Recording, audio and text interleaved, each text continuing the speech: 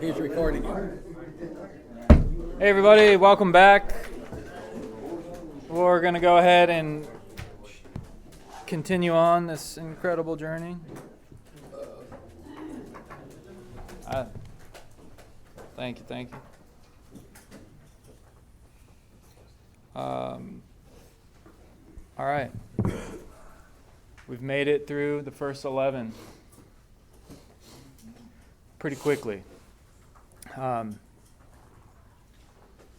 Step 12 is a culmination of the first 11 steps, and it's so important. They have a whole chapter just devoted to it. One of the things that when I was working with my first sponsor and I got to step 8, I was on fire. I mean, I was really feeling this thing. I starting to get charged up about being sober. Still scared to death, but just was pretty excited about the opportunity that was in front of me.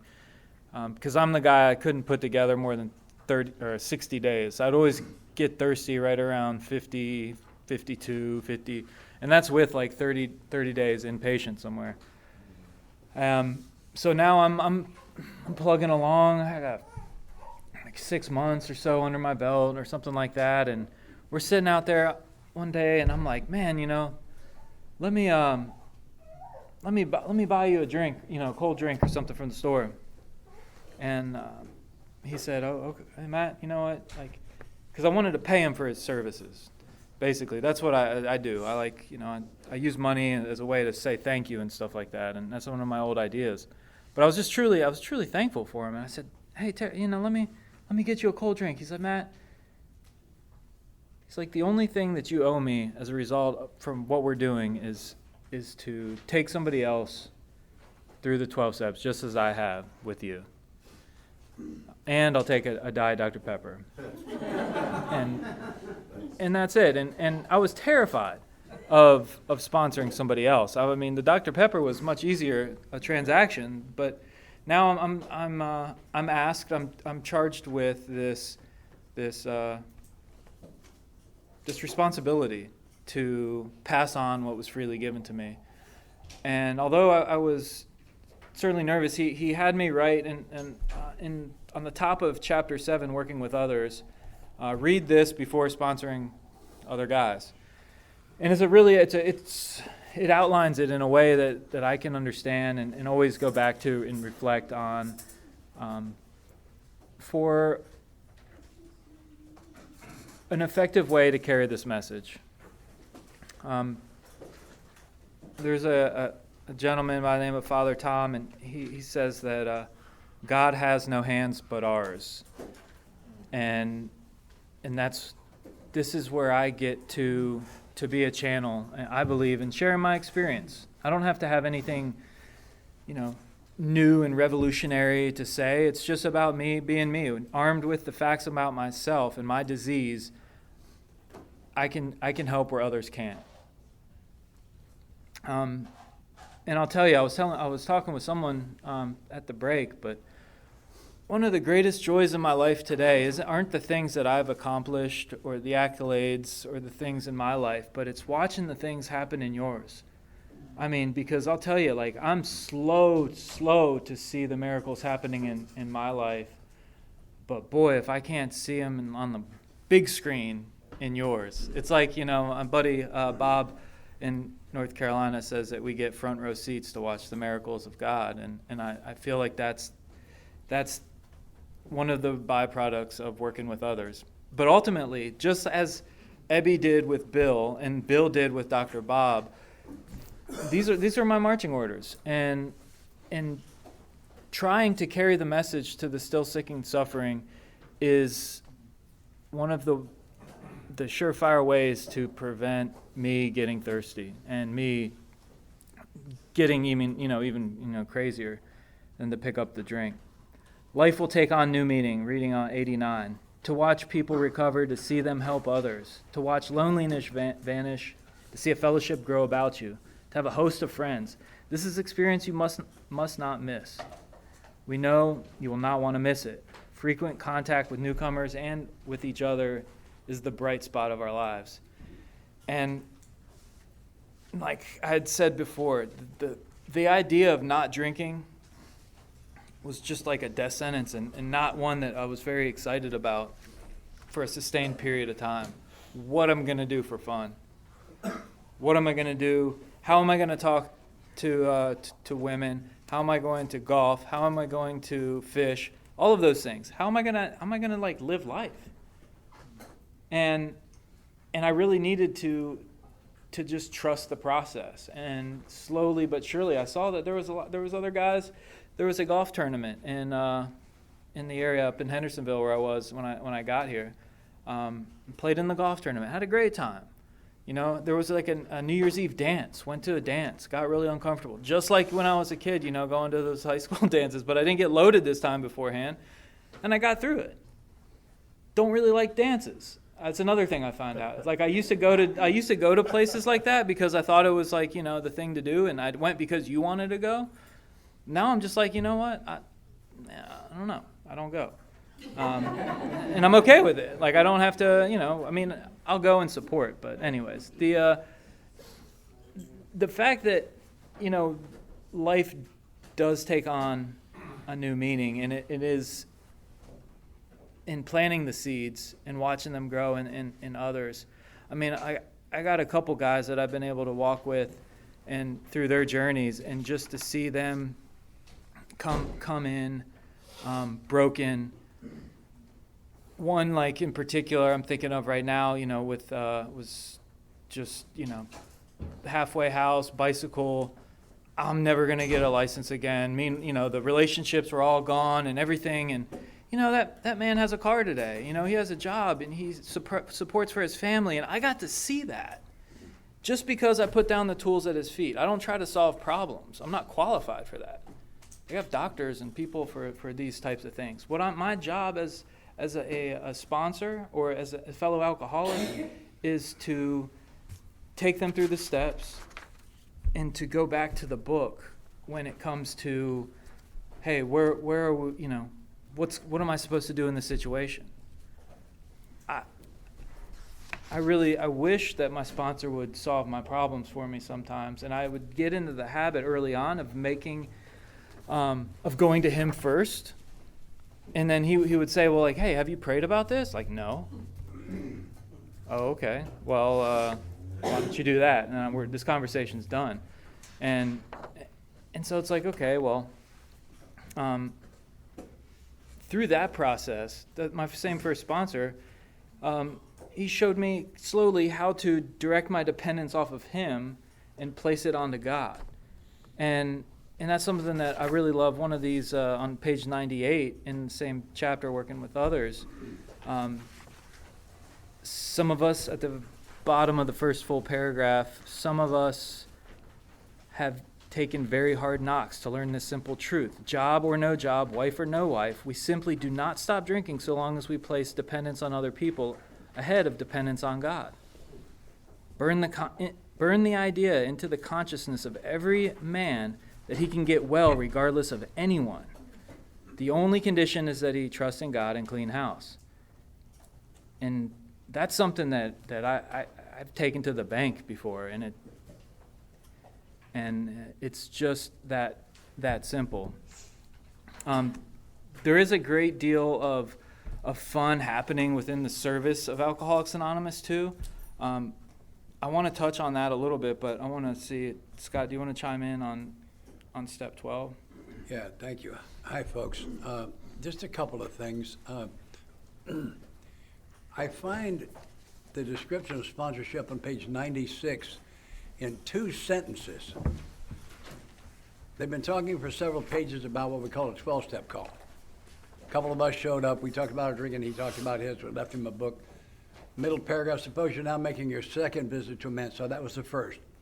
Now we will define someone who is sponsorable. He's read this volume, says he's prepared to go through with the 12 steps of the program of recovery. So that's somebody he's read the book or he's tried. For those of you who are new, if you've had to experience this, as your eyes move across the page, your mind moves across the universe, if you'll read out loud, you can trap your mind in the moment. Your retention will be much better that way. So somebody who's sponsorable has read the book or they've tried, they understand the 12 steps are the program, and they're willing, look at me please, they're willing to go through with the 12 steps. I just love the language. I just love the language. Now we'll define sponsor. Have you had the experience yourself? You give me much practical advice. What experience? Experience of going through the 12 steps. What advice? Advice on how to go through the 12 steps. There's sponsorship in 2 sentences. The end. Laid out just so beautifully.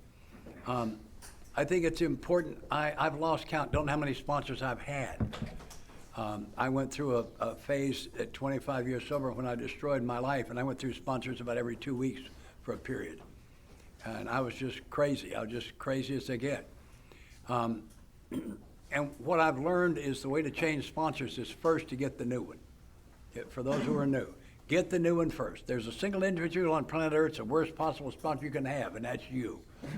And if you drop the one you got and don't have a new one, you've moved down, no matter what. Get the new one, and then thank the old one. And I did that. When I changed to my 5th sponsor, I called my 4th sponsor on a Friday, and I said, I need to talk to you. That stuff I said about steps 6 and 7 about the darkness and all is from that man, one of the most spiritual men I will ever know. Called him on a Friday and said, I'm using the need word, I need to talk to you. It was the following Tuesday afternoon when he got back to me. That's why I was changing. I couldn't get a hold of him. That's a very good reason to change. I could not get him on the phone. And I said, thank you. Thank you for all the time you spent with me. Thank you for all I learned. Thank you for all the efforts you made on my behalf. Thank you. I believe you're a tool in God's hand in my life, and I'll never be able to thank you enough. And it's only fair for me to tell you I've asked somebody else to sponsor me. All right, what happens? He could explode. If he does, I've done the right thing, because he got his ego tied up and sponsored me. That's not what happened. Children explain, adults announce. I don't have to answer questions. If he'd asked them, I would have, but he didn't ask. I think he knew, and that's why I changed, but I got the new one first. I think that's a very good way to do that. The other thing I want to talk about, I think the 3 most important, well, here we go, page 159. They're going to talk about 3 particular individuals, and they are Dr. Bob, Bill Dodson, as you probably know, is AA number 3, and Ernie Galbraith, who is AA number 4. Talking about those 3 individuals. Last paragraph, 159. A year and 6 months later, these 3 had succeeded with 7 more. Those 3 guys, in a year and a half, only succeeded with 7. How many missed? How many missed? Scott's 2 rules of sponsorship. Rule 1, if they're ready, you can't do it wrong. If they're not ready, you can't do it right. It ain't up to you. Rule 2, don't take credit for the ones that make it. Because if you do, you get the blame for the ones that don't, and some of them are going to prison and some are going to die. The other thing I would share with you are my 3 most important phrases I can say to the men I sponsor. The first one is, I love you. God is love. When I give love, I give God. It is the highest gift. The second one is, I'm proud of you. I'm on a constant search for ways to say, I'm proud of you. I love what you did. Look how much you've grown. Constantly focused on that. Has to be honest. And the third, and maybe the most important thing I can say, is I don't know. When you sign on to sponsor, you're not signing on to know. Just because your sponsor knew everything when you started, don't feel you can't sponsor because you don't know everything, because you don't have to. I told you, recovery is a team sport. I'm on an absolutely fabulous team. Call me with a question I can't answer, I'll tell you I don't know, but I will find out. I will find out. The last time I did that was this week. This week, I had a sponsee call me with a sponsee question I did not have experience on. I went to my sponsor and he didn't have experience, and he sent me to someone that did. The entire process took an afternoon. Yeah. I don't know is an excellent thing to say. Excellent thing to say. Other thing I believe too, I believe in temporary sponsor. Sponsorship by its very nature is temporary. And then people say, well, what do you want, temporary recovery? I just don't buy that. When I capture a new person walking into the front door of my group, when he puts 1 foot through the door, he's already done everything he knows how to do. It becomes my responsibility at that point. And I get up and introduce myself to him, and in less than a minute, I will know how long he's sober and if he has a sponsor. And if he doesn't, I will say, well, you're probably looking for a temporary sponsor, somebody kind of get you started while you look for your sponsor. And I know a guy I think can make probably a really good temporary sponsor just to kind of get you, you know you're going to change, he knows you're going to change. Feel how soft that is? That's something the new guy can say yes to it. And walk him up to somebody I know has a good program and say, can you be his temporary sponsor? I mean, you know he's going to change, he knows you're going to change. Oh yeah, I'll be his temporary sponsor. Give me your number. Here's your first assignment. I heard a guy one time say he'd been another guy's temporary sponsor for 22 years.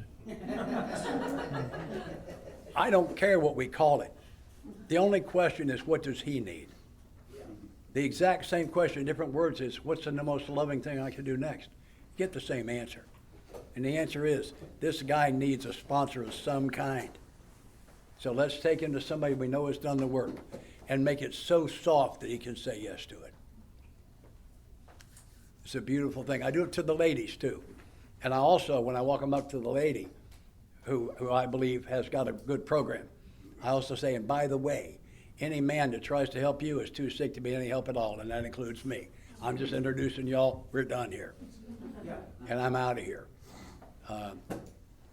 That's just kind of where I am with it. Also, dropping a sponsee is critically important.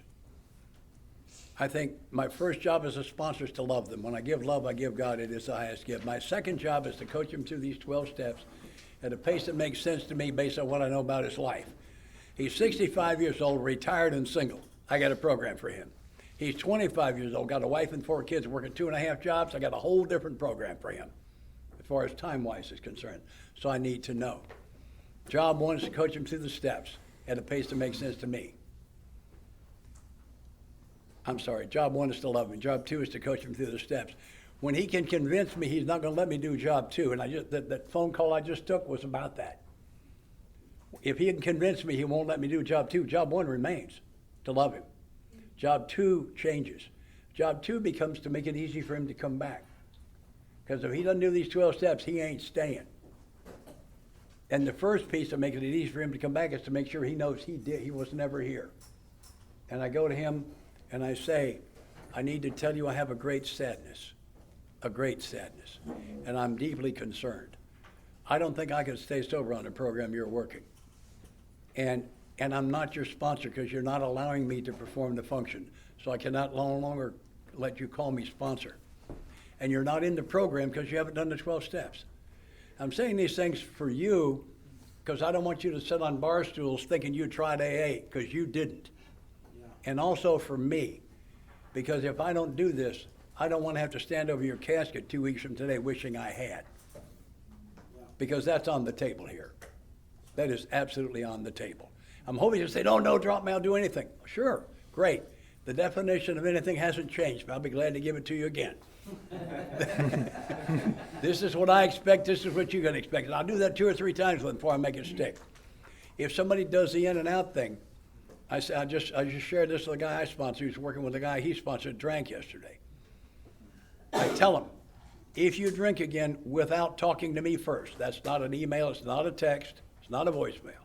You drink again without talking to me first, it will be the clearest of all possible indications that I'm not the right sponsor for you. I'll help you come back, but I will not sponsor you again. I worked with a guy some time ago who said that fact kept him from drinking several times.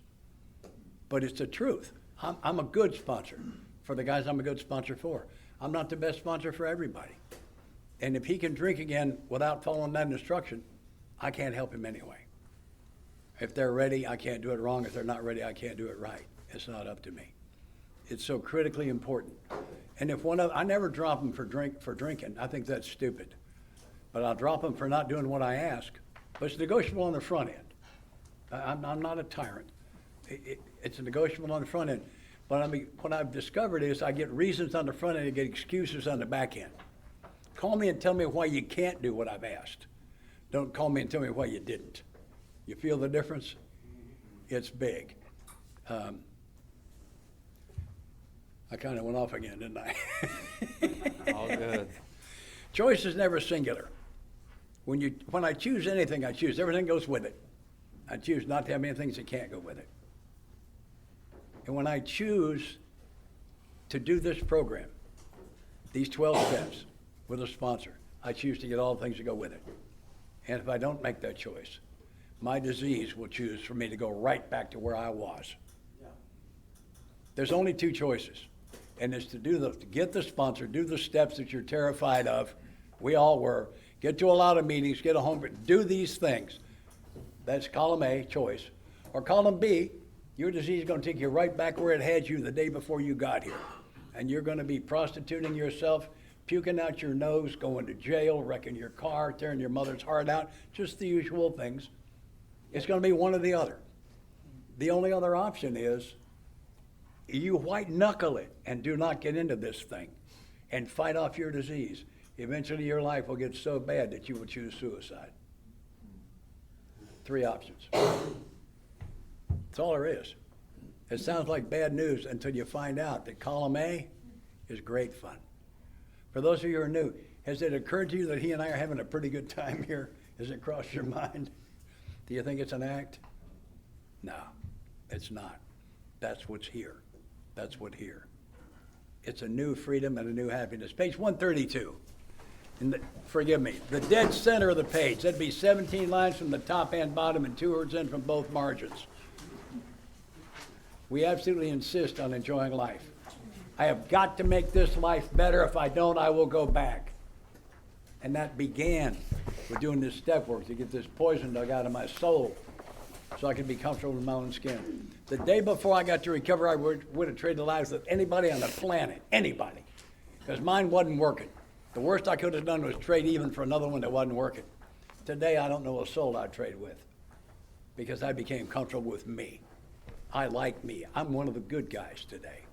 I'm proud of me today. I'm comfortable in my own company. I'm really fortunate to have so many spectacular people in my life today. I wouldn't trade with anybody. What a phenomenal change that is. And it all came through the process of the 12 steps. Came through the process of me becoming who God put me here to be. I was initially an act all my life, pretending to be the guy I think you want me to be. And I got here and I thought, okay, I'm gonna have to become who I want to be. That's an act also. I have to become who God put me here to be. I have a picture of me taken when I was 4 years old. And it was originally like so. I'd blown up like this. It's on the wall of my office now. And the last time I was between wives, I don't know if I'm between wives or I'm out of the white business right now, but the last time I was between wives, I had blew that thing up and put it on the wall at the foot of my bed. It's the last thing I saw at night, first thing I saw every morning. And as I told you before, that little boy was abused. But I was looking at that thing one time and I thought, who would he have become? Who would that beautiful, beautiful little child of God have become if all those things had not happened? If I had not done some of the terrible things I did? And if he'd gotten all the love and nurturing and guidance he clearly desired, who would he have become? And I got my answer. The answer is that's my assignment. It is my assignment to become the man he would have become. And the only question is I'm willing to do the work. I serve the God of love who's stronger than all of that stuff. And the only question is, am I willing to do the work? So far I have been. And I have become the man that he would have become. And I like me today. And once I became okay with me, it became very easy to be okay with you. As long as I wasn't okay with me, I had to find a way to put you down somehow so I could somehow feel better. I don't have that now. You better go quick or I'll do it again. All right. No, I got sober in North Carolina, and my sponsor at the time in North Carolina knew a guy that lived in Tennessee. My family had moved to Tennessee while I was there, and so my home plan was to move to this great state, but I didn't know anybody besides my parents. And through the fellowship, through some angels in Alcoholics Anonymous, I had a contact and a phone number as soon as I touched down in Tennessee, and his name was Scott. And first, I was grateful to hear that they had Alcoholics Anonymous in Tennessee, and also too that there was somebody waiting for me, and it started to enlighten me on just how widespread and how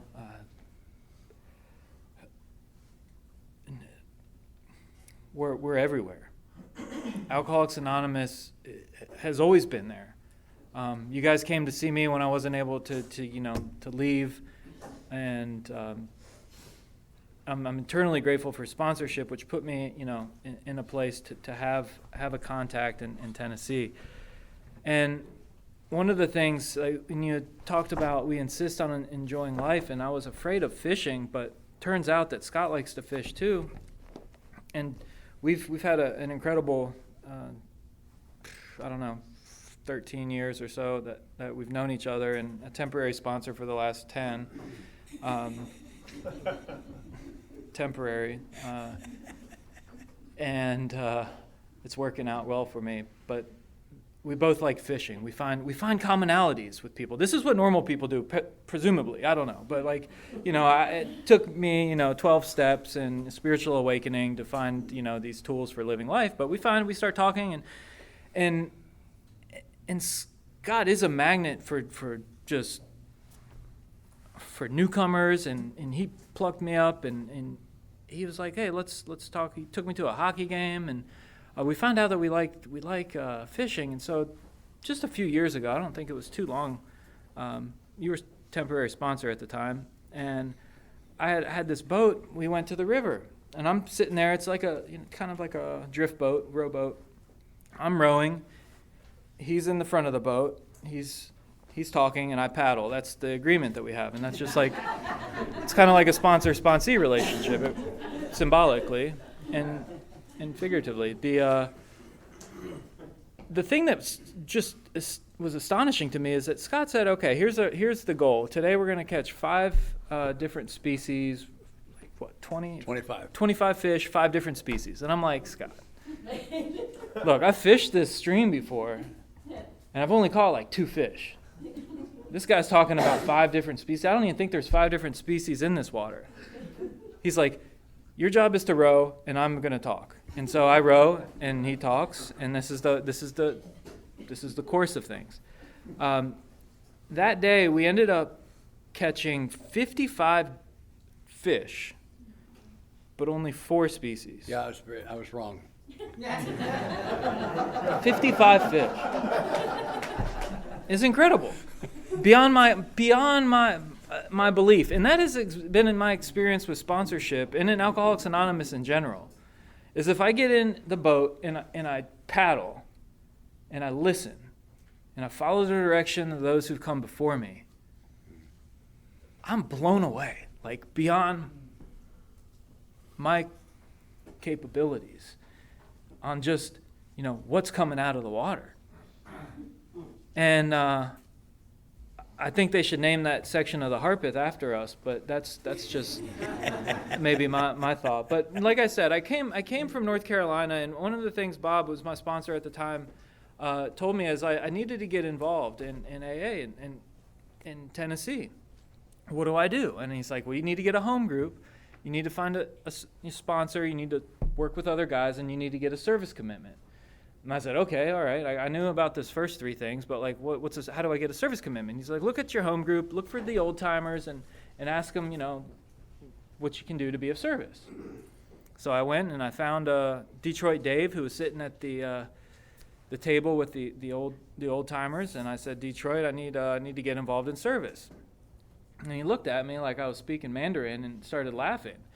And I was like, I don't know what's so funny, Dave. My life's on the line here. I've been told I need to get involved in service. And he's like, oh, you want to get involved in service? Okay, come to the business meeting on Thursday.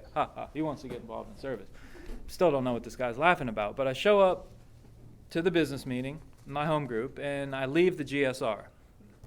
And that means, for those that don't know, it's a group service representative, which means I'm like a liaison or a middleman between my group and district, and going to these assemblies and stuff like that. And it was incredible. I had no conception that there was so much going on in AA besides just people showing up and making coffee and stuff. But in that, the group is the most important part. That's where that's the foundation of AA as a whole. But there's people all over the world that are, and all over the country that are working together and making this thing happen. There's the The foreword to the AA service manual is also some of my favorite literature. I'm going to just read a couple paragraphs because it's on the 12 steps and carrying the message. It says, and this is written by Bill Wilson, co-founder. He says, our 12th step, carrying the message, is the basic service that the AA fellowship gives. This is our principal aim and the main reason for our existence. Therefore, AA is more than a set of principles. It is a society of alcoholics in action. We must carry the message, else we ourselves can wither, and those who haven't been given this truth may die. Hence, an AA service is anything whatever brings us to reach a fellow sufferer, ranging all the way from the 12th step itself to a 10-cent phone call and a cup of coffee, and to the AA's General Service Office and the national and international actions. Sum total of these services is our third legacy of service. And Hang on for just a yes, second. please. He's got to take these guys out of here. Their parole officer wants them right now. Hey, fellas. Thanks for coming, Thanks for guys. coming. We were sure glad to have you. Yeah. Get a sponsor and work the steps. You'll do fine. Hey, man. You got it. Let me get your. Let me give you my number. Glad to have you guys. Thank you. Yeah, you're welcome. Welcome. Yeah. Hey, thanks for you guys being a service, man. Love it. Glad to do it. Thank you. Glad to do it. Hey, call me when you can, man. You too. Thank you. Anytime. Thank you. Take care. Have a good rest of your day. Yeah, take that with you. Thank you. Yeah. Pass it around.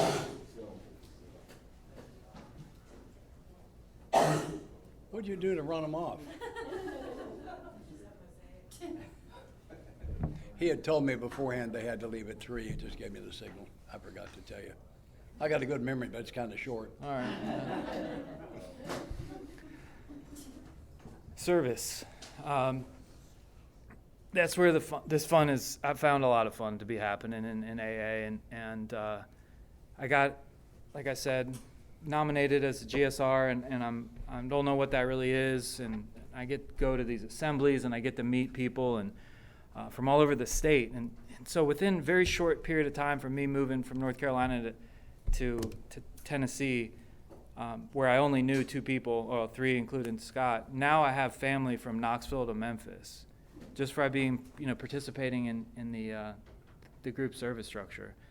And from that experience, I was able to get plugged back in to work within the gated communities, because it's something that's really dear to my heart, is carrying the message to the guys and gals, for that matter, who are still incarcerated, because there is a freedom that's able to be had prior to release. I've met people, I've had that experience myself of inside freedom.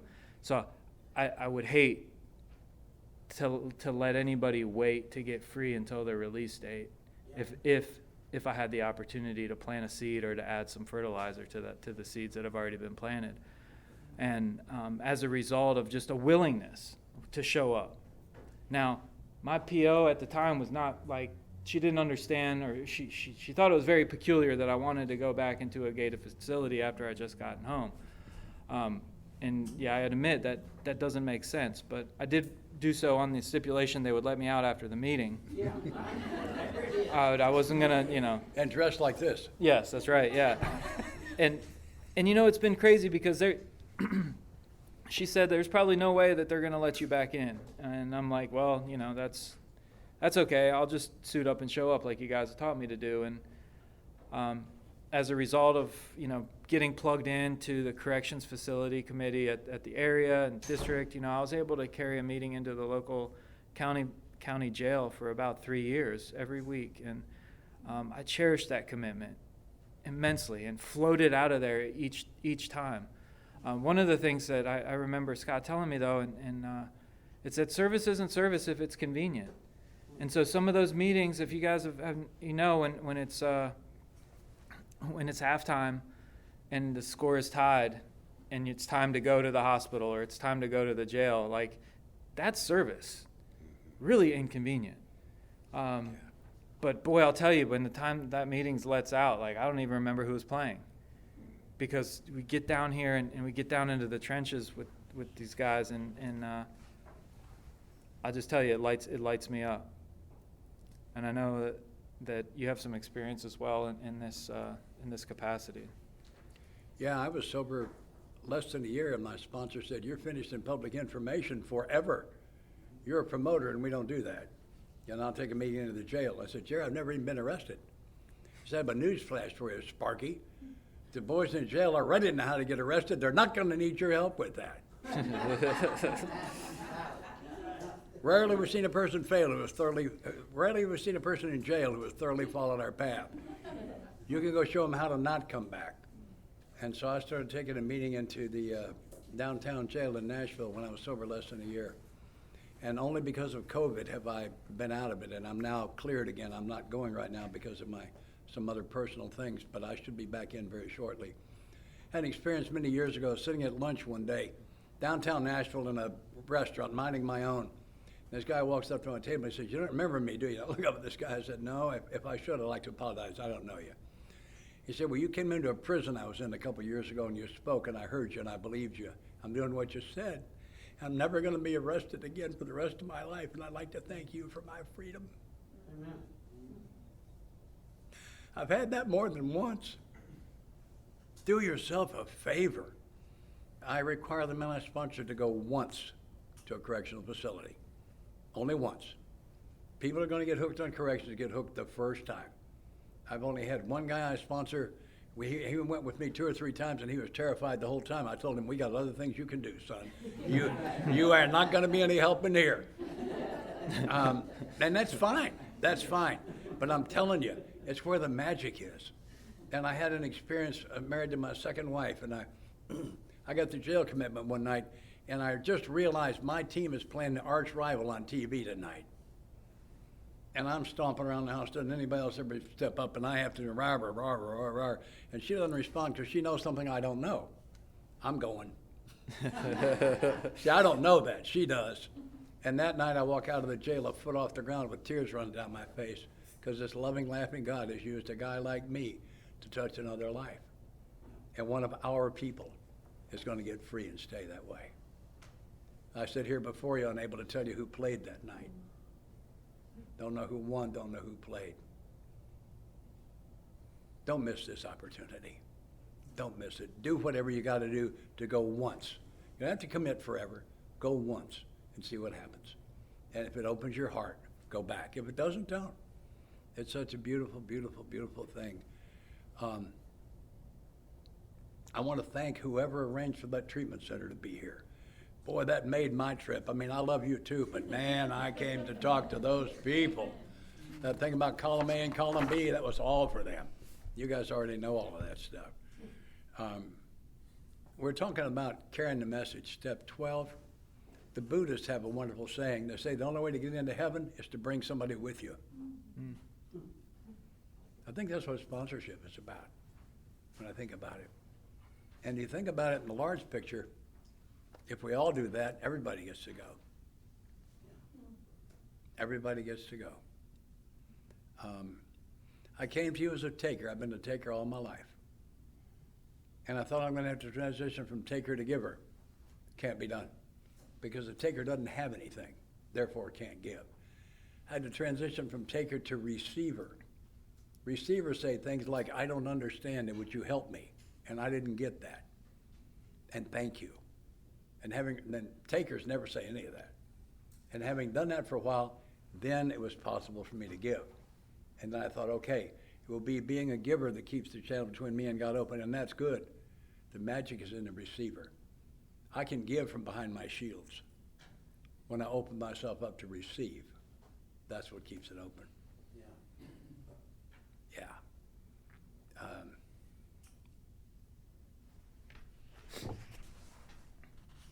I got another story or two, unless you got something else. Go for it. Lady in my home group tells the story of back. I know dog racing is still legal. I don't know. The only major addiction they don't have is gambling. And but she said she went to a dog race. She paid her $2 and picked her dog. And the mechanical rabbit took off, and they popped the cage to shoot the gun. The dogs take off. Mechanical rabbit malfunctioned just before turn 1 and stopped. And the lead dog in third gear, of course, now he's muzzled, but he bam into this mechanical rabbit. He's tail over tea kettle into the ditch with the mechanical rabbit. And I wondered then, as you're wondering now, where does this go? And the answer was, she said, you know, I'm just exactly like that dog. I'm shot out of a gun chasing some dadgum mechanical rabbit. Ain't gonna be what I want if I can catch it. And then she said, that dog is smarter than I am. They have to retire that dog. He will never chase another mechanical rabbit. Not me, I'm after the next one. I thought, geez, that's my story. I've been chasing mechanical rabbits all my life, and it has never made me happy. And I've caught a bunch of them, and it has never made me happy. She was a beauty. I was riding with Bob Darrell. He and I used to do this quite a bit for whole weekends. Y'all getting the abbreviated version. And we're driving from Las Vegas to Los Angeles, and his cell phone rang. And this is his side of the conversation. Yeah, oh, no. Oh, I'm sorry. Oh, yeah, I think that blew it. I think she's done forever. And I know you're brokenhearted. It's Friday. I'll be home Sunday by midnight. I want you to have 2 new men to sponsor by the time I get back. You know where they are. Go get them. That is fabulous sponsorship. Something wrong with him? What's his answer? Go help somebody else. It's all over the book. It is literally all over the book.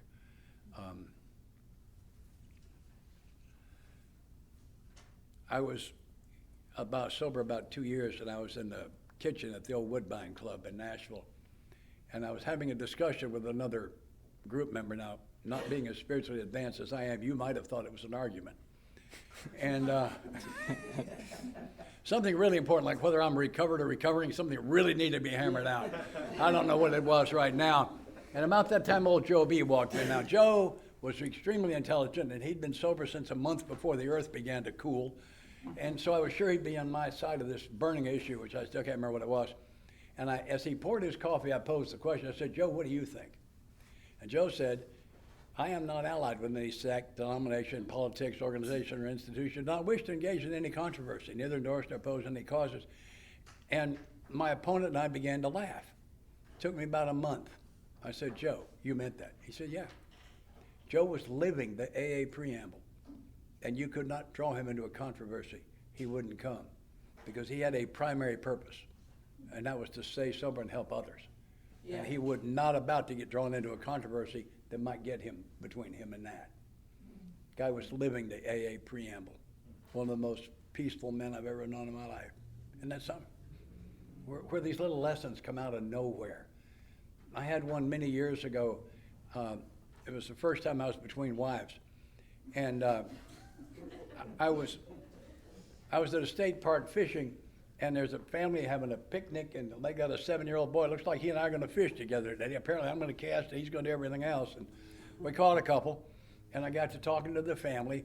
And the little boy was the first time he'd ever held a rod, and he was a fisherman. I understood. At his age, I was too. I was born with it. He was too. I got to know the family, took him on some short trips, and I was absolutely sure he had it.